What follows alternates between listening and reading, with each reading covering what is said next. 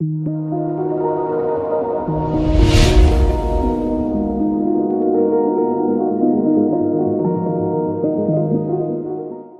کہ ہمیں پتہ ہے کہ انسان کی روزمرہ روٹین کے اندر ہر وہ کام جو انسان کرتا ہے وہ انسانی ذہن کے تھرو ہی پاسبل ہے۔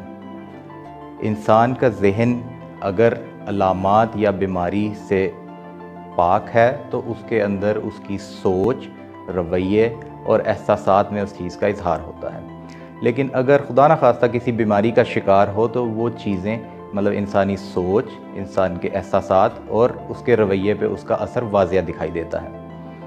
آج میں ایسی ہی 10 علامات کا ذکر کرنا چاہتا ہوں جس سے پتہ لگ سکے کسی کا کہ آپ کے گرد و نواح میں، رشتہ دار میں، دوست احباب میں کسی کو کوئی ایسا نفسیاتی مسئلہ تو نہیں۔ تو اگر ہم بات شروع کریں، پہلے نمبر پہ نیند کے مسائل آ جاتے ہیں۔ عموماً نفسیاتی امراض کے اندر نیند کم ہو جاتی ہے، لیکن چند ایک نفسیاتی امراض ایسے ہیں کہ جن کے اندر نیند کا دورانیہ پہلے سے بڑھ جاتا ہے۔ دوسرے نمبر پہ بات کرتے ہیں موڈ کی چینجز کی، یعنی مزاج کی۔ عموماً نفسیاتی امراض کے اندر انسان کا مزاج کا توازن جو ہے وہ خراب ہو جاتا ہے۔ پل میں غصہ، پل میں خاموشی، پل میں لڑائی جھگڑا، یہ ساری علامات آنا سٹارٹ ہو جاتی ہیں۔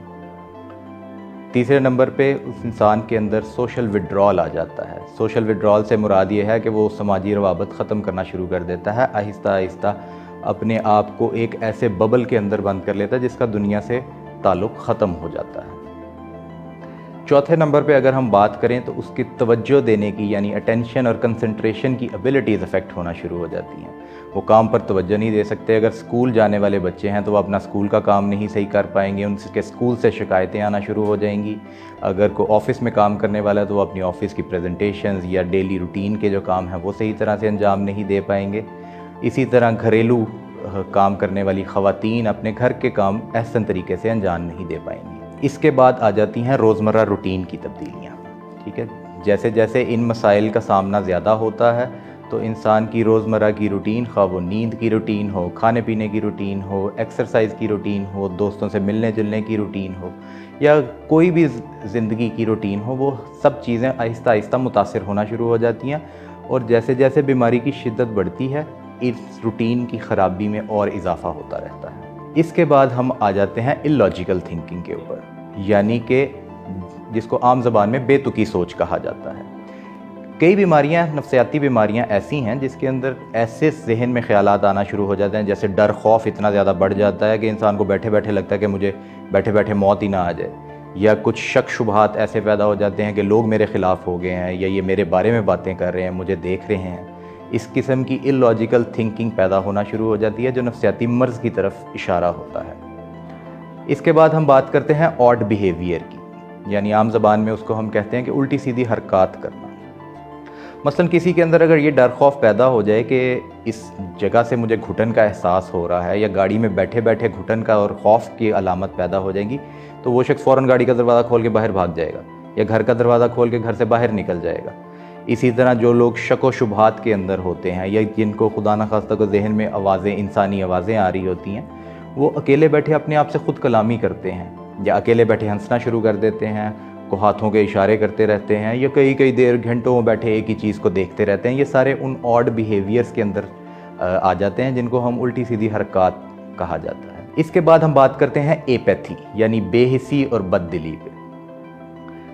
انسان کا کوئی بھی کام کرنا، اس کے لیے اس کو موٹیویشن اور انرجی کی ضرورت ہوتی ہے۔ جو شخص نفسیاتی مرض کا شکار ہے اس کے اندر یہ موٹیویشن، یعنی اس کام کو کرنے کی چاہ ختم ہو جاتی ہے، اور ہمت ہی پیدا نہیں ہوتی کسی کام کو کرنے کی۔ تو اکثر لوگ بغیر کسی کام کیے یا اکیلے ہی بیٹھے سارا دن گزار دیتے ہیں، جس کی وجہ سے ان کے خاندان والے یا رشتہ دار سمجھتے ہیں کہ شاید یہ جان بوجھ کے اس طرح کر رہے ہیں کہ اپنا دن سارا ضائع کر دیتے ہیں اور ان کو کوئی مسئلہ نہیں ہے، حالانکہ یہ ایپیتھی یا بے حسی اور بد دلی کی علامت کی نشانی ہے۔ اس کے بعد آ جاتا ہے معاشرے سے ڈسکنیکٹ ہو جانا، مثلا معاشرے سے، ارد گرد کے ماحول سے، لوگوں سے، رشتہ داروں سے قطع تعلقی کر لینا۔ یہ شروعات اس کی اس طرح ہوتی ہے کہ شروع میں بیماری کے اندر انسان اپنے رشتہ داروں سے، گھر والوں سے علیحدگی اختیار کرنا شروع کر دیتا ہے، کمرے میں بند ہو جاتے ہیں۔ پھر اس کے بعد اپنے ماحول کے اندر ان کو کوئی بھی چیز ایسی نہیں لگتی جس کی وجہ سے وہ اس ماحول سے کنیکٹڈ فیل کر رہے ہوں۔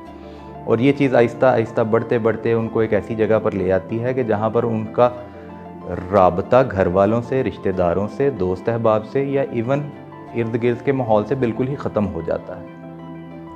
اور آخر میں اگر بات ہم کریں تو بہت سی بیماری کی شدت جب بڑھ جاتی ہے تو ان کے اندر پھر اگریشن یا غصے کی علامات آنا شروع ہو جاتی ہیں۔ وہ غصہ شروعات میں صرف بات چیت کی حد تک ہوتا ہے، لیکن بڑھتا بڑھتا گالی گلوچ اور پھر مار پیٹ اور اپنے آپ کو یا دوسروں کو نقصان پہنچانے کی صورت میں نکل سکتا ہے۔